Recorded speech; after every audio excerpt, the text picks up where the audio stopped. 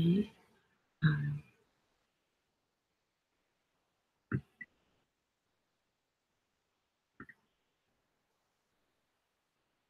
think I'm over here. Okay, there we go. All right. So I'm trying Hangouts. Wait, what am I doing? So sorry. Welcome to Wine Wednesday with the Whisperer. God dang it. Jeez.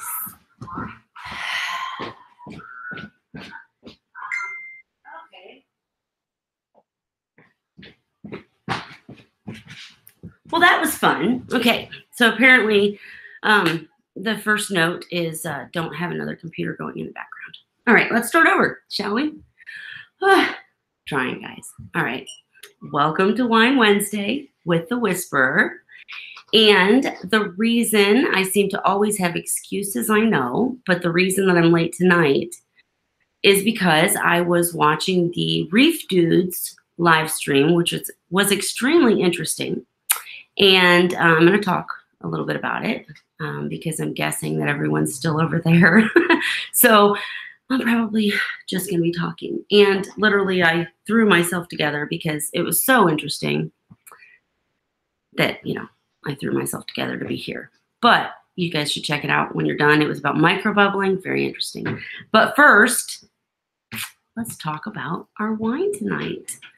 I asked you guys on my different social medias which white wines you liked, because most of the suggestions so far have been for red wines, and it took a lot for me to get used to the drier red wines that go with food a little bit better. And I got a couple, especially from Scott, recommendations that were right up my alley and sweet. Roscato, I think, is now one of my favorites. Really awesome.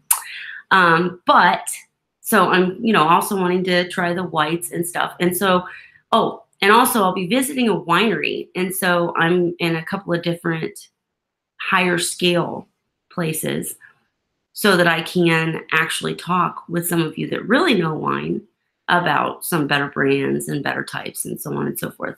Lorna, pretty soon I'm going to know what the heck you're talking about when you comment. But I had to go with what I had available to start off. So tonight we have I just really thought this was cool. It's probably not even good, but Notorious Pink, Greenwich, it says. And it says France, and Lucy told me that, French wine's the best. So I went with it. Plus, it has this really cool top. Like, I've already opened it. Sorry. But, yeah, it's I just like it. It's neat. Look at that. It's forever. I'm going to keep this. All right. So, I have already tried it. I won't lie. I couldn't wait for you guys. But the bottom line is that this is, sorry for all the dinging. This is one of the more flowery types that I've tried. And I'm looking for any recommendations. And if anybody is chatting, I'm trying this Hangouts thing. So I don't even know where to look, if I'm supposed to be in the Hangouts or in the chat. Wait, I see somebody said a German Spalties or something like that. Okay. All right. So I'm going to come, you know what? I'm going to come over here with you. Hi. So now I can talk to you. Hi, Ray. All right. I also have Menage a Trois. I just thought it was, it looked good. And it's Menage a Trois Gold Chardonnay, 2015, rich, indulgent. I was surprised. Every Chardonnay, it's open too. I'm sorry. I'm going to start waiting for you guys, but anyways. I was very surprised because most Chardonnays I've tried are really dry. This one is not. It's I wouldn't call it sweet. It's just not as potent. I'm going to learn my words for the wine too, but I really like it. So I'll be drinking on that tonight too. I'm very curious to know what wines you guys like, whether you're drinking them tonight or not. Soon enough, I'll have this figured out and have more people up here with me, so I'm not just talking at you. But moving right along, now that we have wine in hand. Okay, so if you weren't over on the Reef Dudes live stream, it was interesting to say the least. We had some of the more prominent names in the reefing industry discussing their thoughts on microbubbling. And here's the thing that I want to talk about tonight. Not that. I don't want to rehash what they said, because what I want to talk about is truth. What's the truth? Listening to the guys over there go back and forth about what they think and their experiences and their beliefs, and Dev did an excellent job of having both science people and, not science people, I guess. There's more categories than that, but you get my drift. And so there was a little sampling of every thought process. It was really cool to watch. And the one thing that kept resonating the one thing that kept hitting me is that passion I talked about last week is real. Hobbyists and people in the reefing industry, the ones that stay, the ones that commit, the ones that keep going and pushing to make the hobby better, they are passionate.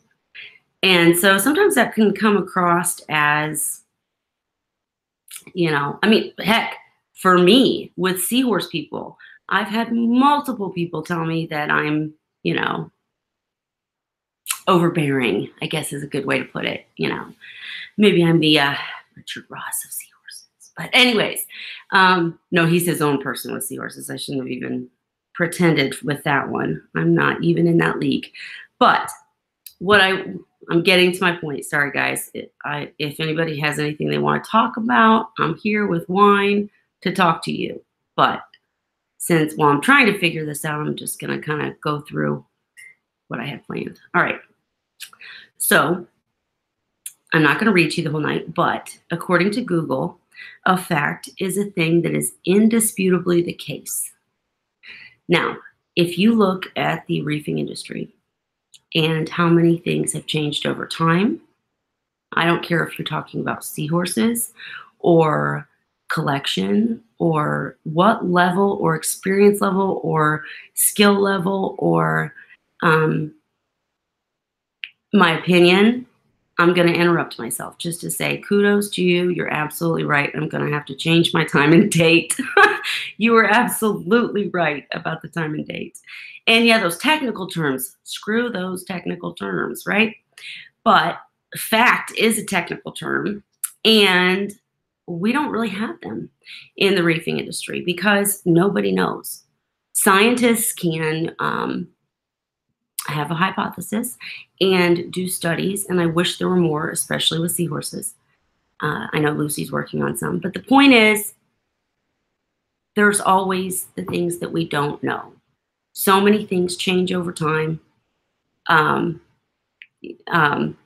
sorry, I'm reading comments as I go, and I'm going to ignore you from now on because you were right. But stop saying So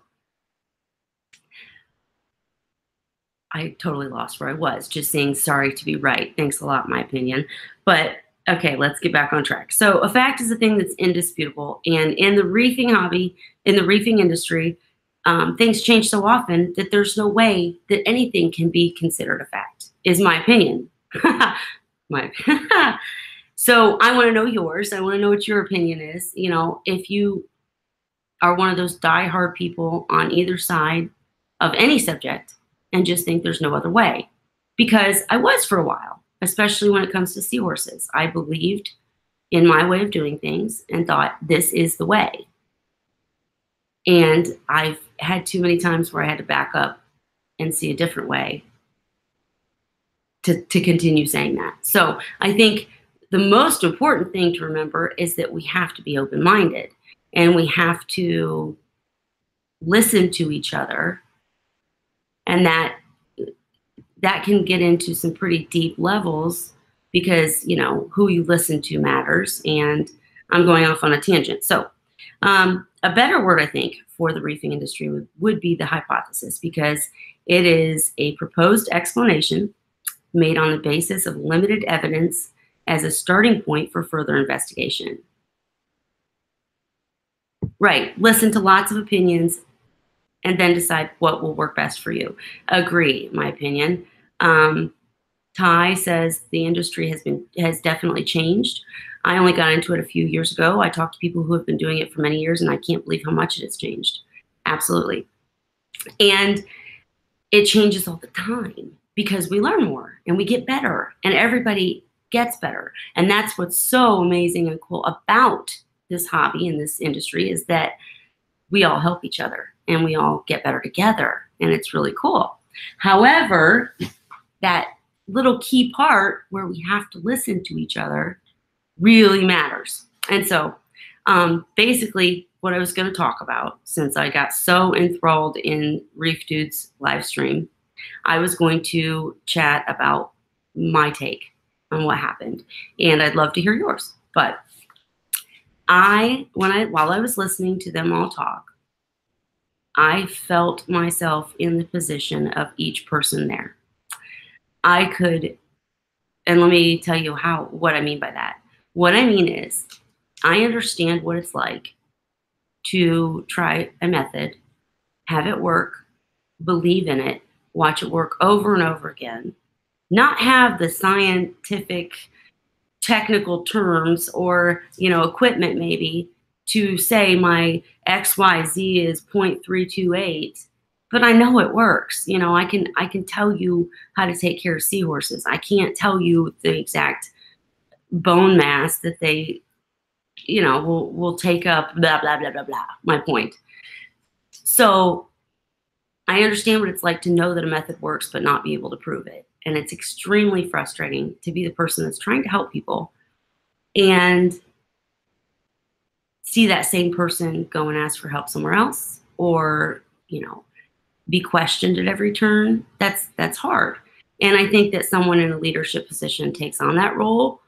And I think most of them do a very good job of understanding and listening and answering questions, and, you know, listening to other people's opinions and doing the tests or whatever to make things more believable. But it's hard because in this industry, facts come from certain people.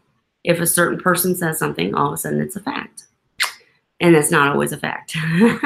And the facts change. So anyways, I've also been in the position of the person as a seahorse person, as a person helping people with seahorses.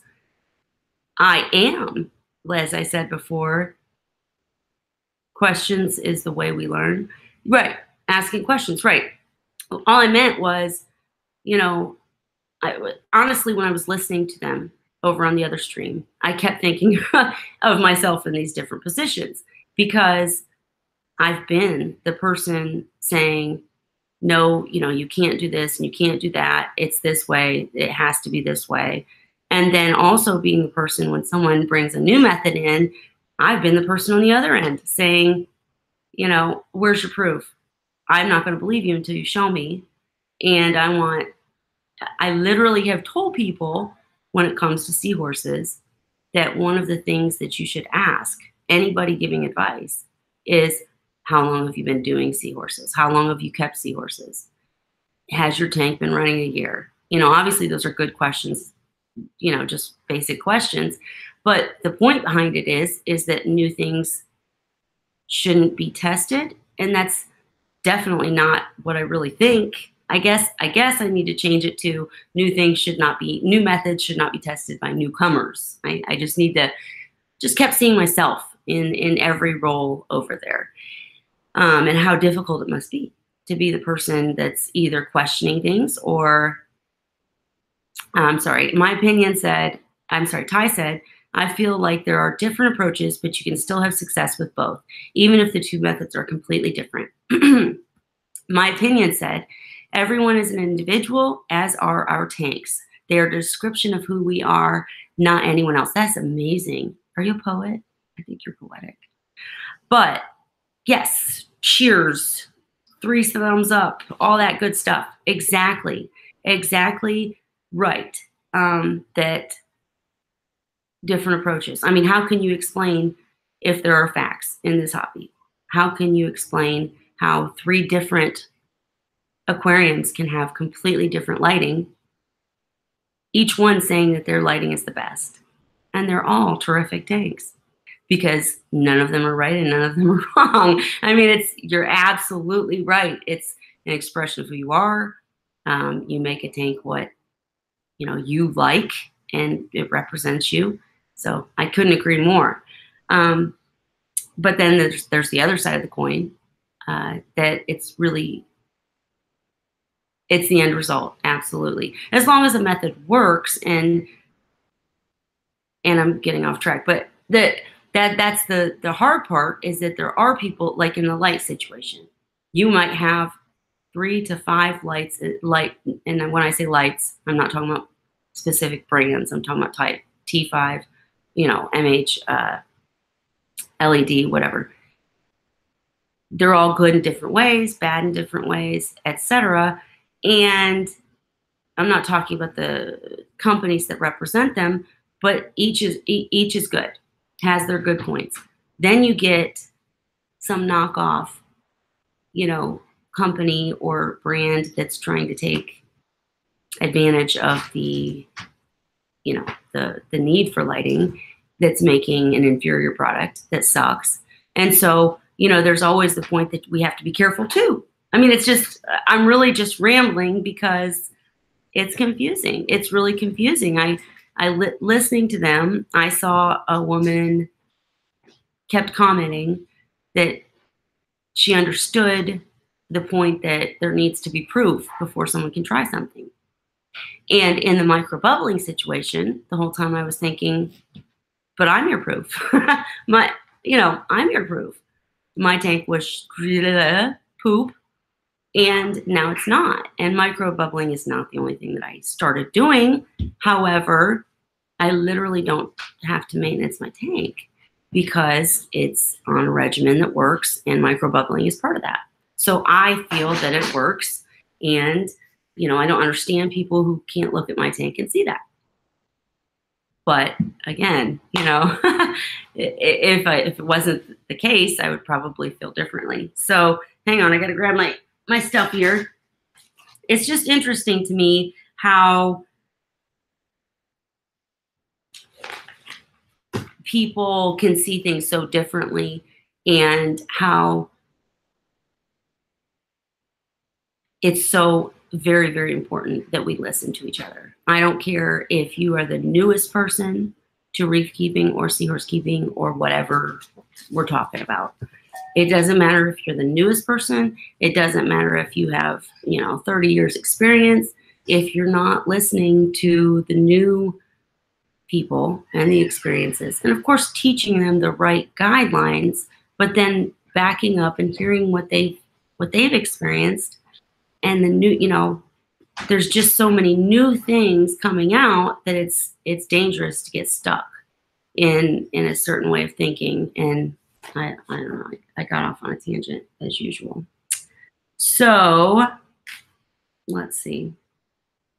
I don't know, but it was a really good stream. Anybody who's watching this, I advise you to go watch it because it was very, very interesting to see some of the bigger people go back and forth.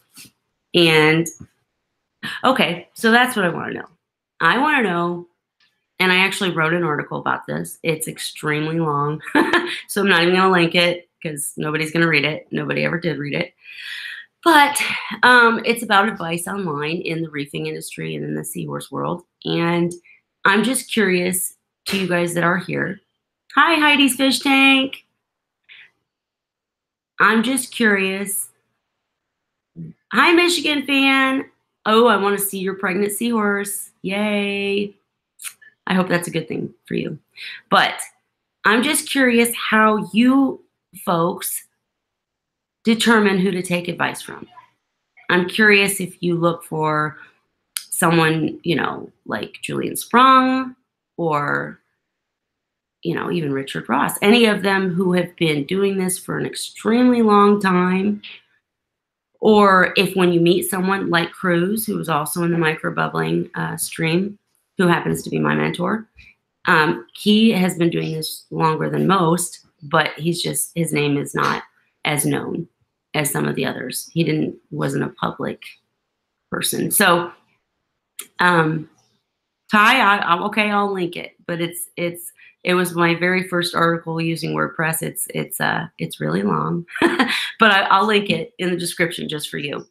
But in the article, and actually, okay, Ty says he'll ask 3 different people about something, and without fail, get 3 completely different answers. So, right, what do you do then?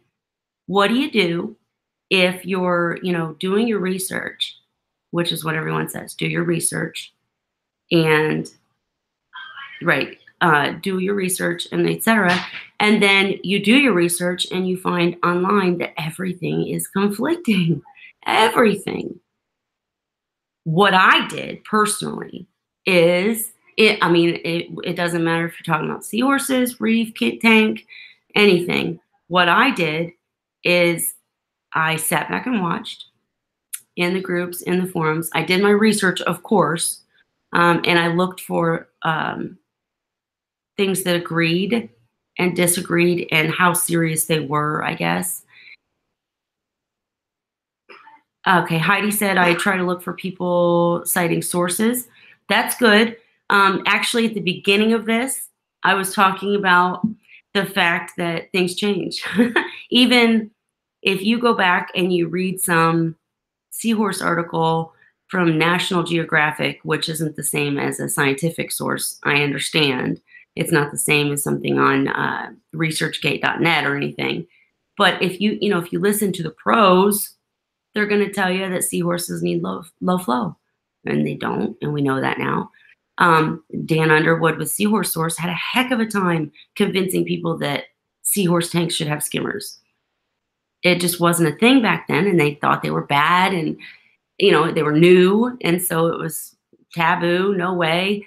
And now they're a common practice in a seahorse tank. It's just, I'm not out to prove anything, by the way. I literally had a show planned, and then I got onto the stream about microbubbling and said, holy wow. And it's just the only thing on my head right now is what I was thinking during that. So I'm just kind of chatting, and I was trying to check out Hangouts and try to figure out how it works. But anyways, looking for someone who cites sources is extremely important. You're absolutely right. It's just the need to be careful that how old the articles are. And in my very, very long blog that I will link just for Ty, Heidi, the stream on Reef Dudes, it was about microbubbling. I hope you hang out with me for a minute, but check it out. It was very good. I missed the end because I was trying to get over here. And yes, Ty's right, Heidi's right. People who can back up what they're saying, that matters. But then again, people who have been doing it for a long time and can back it up with, experiences and showing you how something works, that matters too. And frankly, if you want to get right down to it, if there weren't jerks trying to push real snake oil, or if there weren't people just trying to make a buck off the industry and selling crap, then we wouldn't have as much trouble. Because I honestly, the more that I get into this, and the more that I've been doing this for quite a while myself, but the more that I listen to other opinions and try to be open to other people's thoughts on things in this industry, the more that I realize that there really are no facts. There is no right way. There are guidelines. I will stick to my guidelines, especially when it comes to seahorses, till the end. There are guidelines. Those guidelines are based on the experiences of people who cite their work. on people who have been doing real experiments and been in the hobby and been working with these things for a long time. The guidelines stay, at least for me, forever. But we improve them. You know, we have to improve upon them. And so it was just very interesting to watch. And I'm trying to read comments too. Results speak louder than anything. So what kind of results? I mean, because it is a numbers game when it comes to that. Because if I see people post these absolutely amazingly gorgeous seahorse tanks. And I know a person who put a seahorse in a shark tank just to prove he could do it. I know people who do different things. I'm not even going to get into natural saltwater. I'm not doing it today. But there are different opinions about how things can and should be done. So if someone puts up an amazing, I'm sorry, I'm getting to my point. I was rambling. If someone puts up an amazing tank and says they have results, how do you know that they have results? Do you mean based on seeing them over and over again over a long period of time? So I'm just curious, and I'll be curious to hear what you think once you read my article, because my basic thoughts were you have to look at sources cited, as Heidi said, and you said. You have to ask them questions that will qualify them as someone to take advice from, I guess. And I think I started to say earlier, what I ended up doing is sitting back and watching who said things in the groups, in the forums, produced results, showed pictures over and over and over again. Like you can go back years and see when they started is really cool to see when they started. But seeing their results over a period of time. And also they're typically the people that when they comment or when they give advice, if someone disagrees or has another idea, it's not typically a shouting match. It's not typically my way or the highway. The people that I personally take advice from are open. You know, they know the guidelines and they help me and they teach me ways and etc. But I've had Dan tell me that, you know, something I said impacted how he did something. And that was really amazingly cool. If you don't know Dan, he's a big seahorse guy. But I don't know. I just wanted to kind of rant and debate and not debate and talk about and get your guys' thoughts on how you determine whom to listen to. And I think the Reef Dudes live stream on microbubbling was very good because you got to see some of that even some of the bigger names don't always agree on everything. So there are multiple ways to do things right. And there are just typically some common guidelines that you have to follow to get there. Heidi said, yes to sitting back and watching. It's frustrating to sort through it when you're new. It takes some time to figure out who you trust. And right. And that was, I'm sorry I keep jumping around and rambling. I'm trying to get used to this. It would be so much better if I could hear you guys, and I'm going to figure that out someday. But what I was going to say to Heidi's comment is that's exactly, I started to say this 50 times, but that's exactly what I did, is I was sat back, watched, saw people who gave good advice over and over again, repeatedly, who didn't get into a bunch of arguments. They just said, here's my tanks, see them, like them. If you want what I got, here's how. That's who I chose to follow. And then I followed them. You know what I mean? I listened to them. To this day, I have multiple people that I will look to and ask questions. But the final determination when it comes to a decision about my reef tanks, seahorse tanks, anything, comes from, well, first of all, me and my experiences and my common sense and all that good stuff. But if I need to run it past somebody else, I have one reef person and one seahorse person, and that's it. I run these, you know, I know who to trust now. But for someone new, I can't even imagine. I get in, I look at some of the comments and some of the arguments and debates, and I can't even imagine being somebody starting up a tank. It's pretty frustrating. Luckily, we all have that crazy passion I keep talking about, so we keep fighting. But um, anyhow, I don't know. It was just interesting to watch.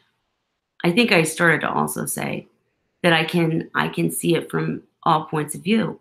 Um, I can't tell you how frustrated I get when I spend so much time helping someone. I mean, like with a sick seahorse or whatever.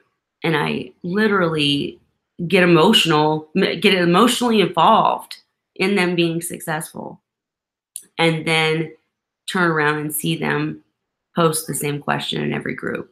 That's, you know, so there's just always all these other sides. While I expect and demand that anyone who wants to be successful check with multiple sources and, have more resources than, the first person they stumble upon. It's hard. I know a lot of reef keeping people who stopped commenting in Facebook groups. They won't join the groups. They won't participate because it's not worth it to them. Once you say, especially people who have as close to facts as you can possibly get. I'm thinking of Paul, and I don't even know if I'm allowed to mention all these names on here. Sorry, I'll delete it if I get in trouble. But I'm thinking of Paul. If you know who he is, cool. If not, that's all I'm going to say. And we call him the research, and he has taken time and done real research and gone to the places that are cited and etc. and has facts that he tries to present based on the evidence that we have now and the studies that we have now. And he gets frustrated as hell because going and telling people the same thing over and over again and seeing people argue with him about things like garlic. I'm not going to say anything more except for just that fact. That's a hot topic, a hot debate. And there are all these key hot topics. And when you know something or you believe something, it's just hard to continue to fight with people about it. Not fight. Fight's a bad word.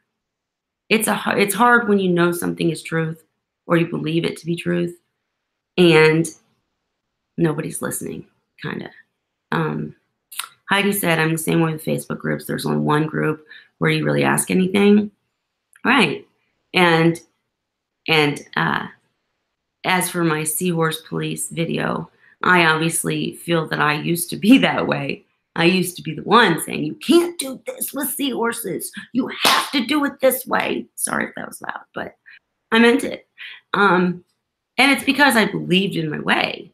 But I definitely don't want to come across that way. I definitely want to be someone that can grow and learn from others and someone that doesn't have to shout to get my point across. So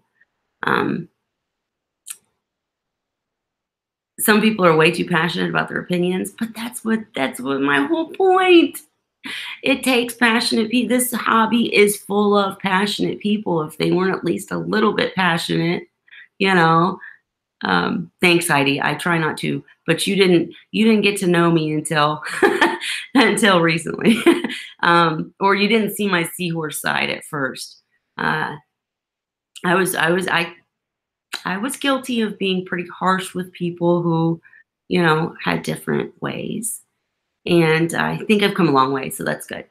I really wish, and I think okay, it's probably because they are passionate about their tanks. That's right. And something you said earlier, Ty, is so true. I think it was you. But this is truly an expression of who we are.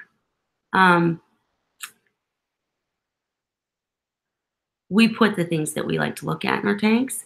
I started making videos for a reef series and talking about, I've only uploaded one, which was easy corals for beginners. But I'm going to get into, you want to make your tank look the way that you like to look, you know, what you want to look at. I like flowy stuff. So if someone else is really interested in growing stuff really fast, or, you know, the SPS and such, then the advice that I would give that person would be different than the person that I would give advice to that's like me and likes flowy things. So it's just a big tangled mess of of you're right. We have to keep talking to each other and discussing these things and trying to find truth when there is none, I guess. Or there's, you know, I don't know. I'm kind of going downhill here, but the wine is really good. In my Seahorse glass, it's really cool. Anyways, I think this week I'm really seriously going to try to get somebody to practice this Hangouts thing with me, because it's been going good for quite a while. And apparently I can like bring other people into the screen or do different things. What am I drinking tonight, Heidi? Tonight was Notorious Pink and Menage a Trois Gold Chardonnay. And we got into some whites tonight. And as I said at the very beginning, I'm going to go to a winery this week and start getting some of the more known, get into some of the higher end stuff, so that I can actually know what the heck people are talking about. Because all these wine people got on board, and now I'm like, wait, I'm learning. I didn't say I knew. I can't teach. I want you to tell me what's good. And so, but it'll be cool. It'll be interesting to see how it goes, because I definitely have already learned so much about how the taste of wine changes when, you know, based on what you eat, and what pairing really actually works. It's really cool. So we will be doing some more wine stuff. I'm still feeling this out, and I honestly didn't believe anybody would be here. I thought we'd still be all over at Reef Dudes. So thank you guys so much for joining me. And what I was saying is, my opinion, I might be bugging you maybe, or somebody, or Heidi, one of you. Sometime this week I want to try to practice with this Hangouts thing, because apparently I could actually bring people in and, you know, show something on my screen and all these cool little features, but I don't know how. So I need to practice. And tonight I'm going to go ahead and wrap it up. I didn't really discuss anything important. Let me see. Is there anything else? Still working on the piebald series. And I will be getting those videos uploaded to let you know how they're doing. They're doing fantastic, just to let you know. But I'm going to have the whole series. I'd love to, but I don't know how either. We'll talk. I'll message you. But anyways, I'm going to be uploading that series soon and showing, you know, the basic first steps with seahorses. And also I need to get back to the macroalgae series, because a bunch of people keep asking me where those videos are. Sorry, guys. And we'll practice Wine Wednesday and get a little better at it, so we can do some fun stuff. And Ty, thanks so much for coming. Next time, hopefully it'll be less rambling, more actual, like I'm going to start having a topic that we're going to talk about. And I'm just feeling my way through this, but I appreciate you hanging out with me. So, all right, I'm going to get out of here, and we'll talk next week. So I hope the wine's good, and don't forget to make recommendations, and we'll make this better and better as we go. So let's see if I can figure out how to shut you guys down. Sorry. I don't want to do my cheers until all right, there we go. Cheers, everyone.